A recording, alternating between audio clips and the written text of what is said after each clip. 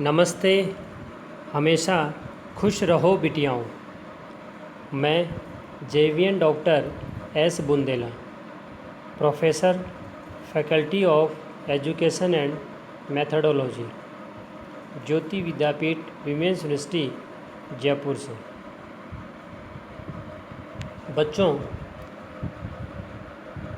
Government portfolio में आज का जो टॉपिक है वो है यूपीएससी क्या है, यूपीएससी परीक्षा प्रणाली क्या है, आईएएस का एग्ज़ाम क्या है, उस पर हम डिस्कस करें। देखिए, भारत में सबसे बड़ी सेवा आईएएस सेवा कहलाती है। अखिल भारतीय सेवा 3 प्रकार की होती है। एक तो आईएएस, इंडियन एडमिनिस्ट्रेटिव सर्विस, भारतीय प्रशासनिक सेवा। दूसरी आईपीएस, इंडियन पुलिस सर्विस, भारतीय पुलिस सेवा। और तीसरी आईएफएस, इंडियन फॉरेस्ट सर्विस, भारतीय वन सेवा। इन तीनों ही सेवाओं में सबसे प्रमुख और सबसे ऊपर जो सेवा मानी जाती है वो आईएएस सेवा मानी जाती है। अब देखिए, यूपीएससी जो है वो क्या है। सिविल सेवा परीक्षा सीएससी भारत में एक राष्ट्रीय स्तर की प्रतियोगी परीक्षा है जो भारत सरकार की विभिन्न सिविल सेवाओं में भर्ती के लिए संघ लोक सेवा आयोग द्वारा आयोजित की जाती है। देखिए, जो संघ लोक सेवा आयोग यूपीएससी, यूनियन पब्लिक सर्विस, जो कि दिल्ली में इसका कार्यालय है, और यूपीएससी के द्वारा इस एग्ज़ाम को कंडक्ट करवाया जाता है, आईएएस के एग्ज़ाम को। आईएएस परीक्षा क्या है, इसकी बात करें। भारतीय प्रशासनिक सेवा आईएएस को पहले इंपीरियल सिविल सर्विस आईसीएस के नाम से जाना जाता था। अंग्रेज़ों के समय में इसे इंपीरियल सिविल सर्विस के नाम से जाना जाता था, जो कि सिविल सेवा परीक्षा और भारत की सबसे कठिन प्रतियोगी परीक्षाओं में से एक मानी जाती है और सबसे रेपुटेटेड भी मानी जाती है, सबसे प्रतिष्ठित मानी जाती है ये परीक्षा। यह अखिल भारतीय प्रशासनिक सिविल सेवा के लिए अधिकारियों की भर्ती के लिए संघ लोक सेवा आयोग द्वारा आयोजित की जाती है। और आईएएस जो परीक्षा है वो आईपीएस परीक्षा जैसी 24 सेवाओं में सर्वोच्च प्रशासनिक सेवा मानी जाती है। अब देखिए, आईएएस में चयनित अधिकारी को केंद्र सरकार, राज्य सरकारों और सार्वजनिक क्षेत्र के उपक्रमों द्वारा नियोजित किया जाता है, अर्थात उनमें लगाया जाता है, उनमें सेवाएं ये देते हैं। और कलेक्टर, आयुक्त, मुख्य सचिव जैसी महत्वपूर्ण नौकरियों को ये प्राप्त करते हैं। सिविल सेवा परीक्षा प्रणाली एक उम्मीदवार की शैक्षणिक विशेषज्ञता का परीक्षण करने के लिए डिज़ाइन किया गया है। यूपीएससी सिविल सेवा परीक्षा 3 चरणों में आयोजित की जाती है। जैसे आरएएस 3 चरणों में आयोजित होती है, वैसे ही यूपीएससी जो है, आईएएस का जो एग्ज़ाम है वो भी 3 चरणों में आयोजित किया जाता है। इसमें सबसे पहले जो है वो प्रारंभिक परीक्षा, और दूसरी मुख्य परीक्षा, और तीसरी साक्षात्कार। मेंस, प्रीलिम्स प्रारंभिक परीक्षा, मेंस मुख्य परीक्षा, और इंटरव्यू साक्षात्कार। ये 3 चरणों से होकर कैंडिडेट को गुजरना होता है। देखिए, सबसे पहले बात करते हैं प्रारंभिक परीक्षा की, प्रीलिम एग्ज़ाम की। आईएएस के लिए प्रारंभिक परीक्षा में 200 अंक के लिए 2 अनिवार्य पेपर होते हैं, और प्रीलिम जो एग्ज़ाम है वो केवल स्क्रीनिंग के लिए होता है। पेपर फर्स्ट में स्कोर किए गए अंकों को मेंस के लिए छात्र छात्राओं का चयन करने के लिए गिना जाता है।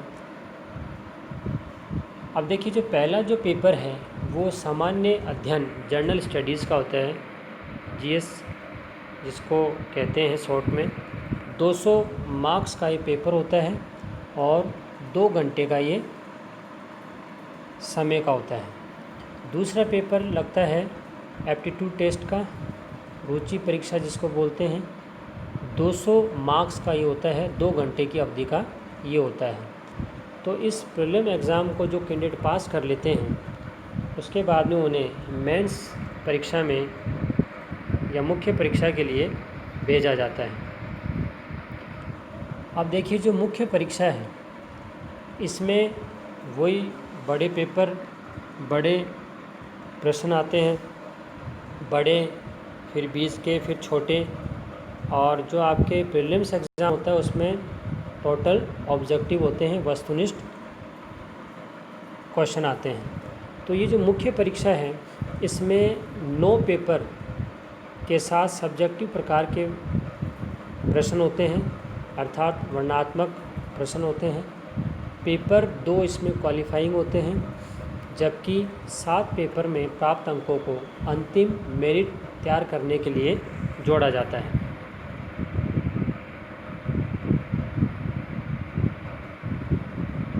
अब देखिए प्रत्येक पेपर 3 घंटे की अवधि का होता है। और अगर हम बात करें सभी पेपरों की तो इसमें पेपर जो पहला है वो आपके क्वालिफाइंग पेपर जो है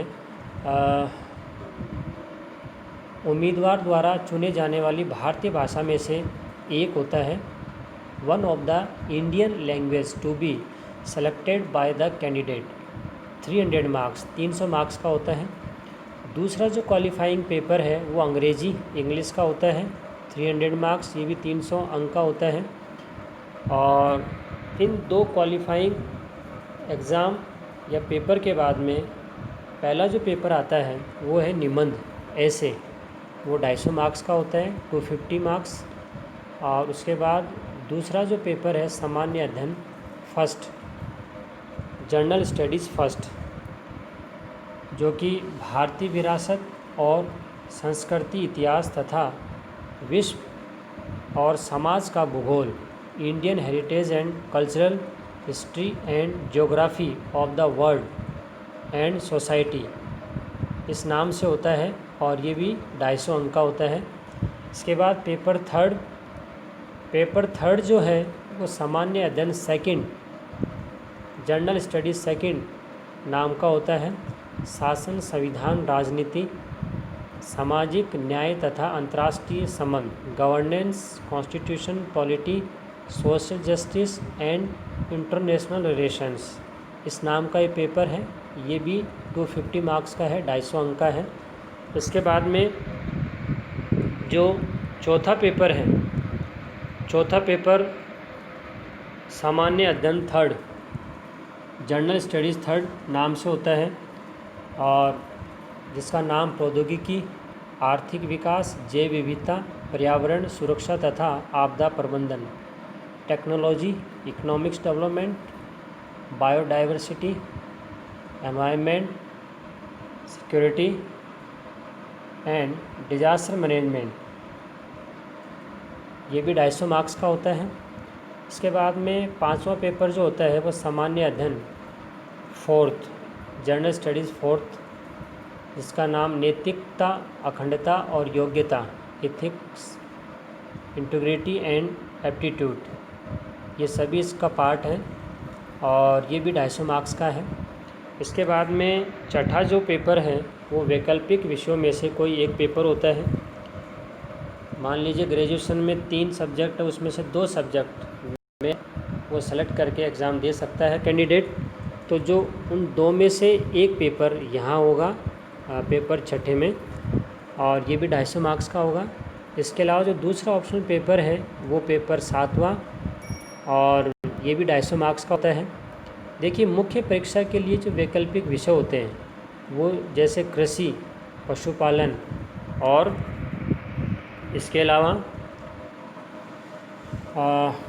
पशु चिकित्सा विज्ञान और वनस्पति विज्ञान, रसायन विज्ञान, सिविल इंजीनियरिंग, वाणिज्य और लेखा, अर्थशास्त्र, इलेक्ट्रिकल इंजीनियर, भूगोल, इतिहास, कानून, गणित, मैकेनिकल इंजीनियरिंग, मेडिकल साइंस, दर्शन शास्त्र, भौतिकी, राजनीति विज्ञान और अंतर्राष्ट्रीय संबंध, मनोविज्ञान, लोक प्रशासन, समाजशास्त्र, सांख्यिकी, जूलॉजी, ये कहीं न कहीं पूरे सब्जेक्ट होते हैं मुख्य परीक्षा के लिए। वैकल्पिक सब्जेक्ट के लिए तो ऑप्शनल जो सब्जेक्ट हैं ये होते हैं जिनमें से कोई भी सब्जेक्ट लेकर मुख्य परीक्षा में 2 सब्जेक्ट स्टूडेंट रख सकता है और उससे एग्ज़ाम दे सकता है। देखिए, अगर कोई कैंडिडेट ये दोनों ही एग्ज़ाम पास कर लेता है, क्वालिफाई कर लेता है, तो उसके बाद में उसे तीसरे चरण की ओर जाना पड़ता है, वो है इंटरव्यू, साक्षात्कार। दोनों ही पहले प्रीलिम और मेंस एग्ज़ाम क्लियर करने के बाद में उससे इंटरव्यू के लिए किया जाता है और वो यूपीएससी जो दिल्ली में है वहाँ जाकर इस इंटरव्यू को देता है कैंडिडेट। तो ये जो इंटरव्यू है उसका मेन ऑब्जेक्टिव यही है कि कैंडिडेट की जो पर्सनैलिटी है उसको जांचा जाए, उसका टेस्ट किया जाए, वो कितना परफेक्ट है, अधिकारी बनने के बाद में वो किस प्रकार से समाज को अपनी सेवाएं दे पाएगा, इन सभी की जांच करनी होती है। और ये इंटरव्यू भी अगर पास कर लेता कैंडिडेट तो उसके बाद में उसे चरित्र और स्वास्थ्य परीक्षण करना होता है और इसमें भी अगर वो पास हो जाता है तो सरकार फिर क्या करती है, ऐसे कैंडिडेट को नियुक्ति दे देती है। तो ये हमने पूरी बातें करी यूपीएससी में जो आईएएस का एग्ज़ाम होता है उसके बारे में। धन्यवाद बच्चों, आज के लिए इतना ही।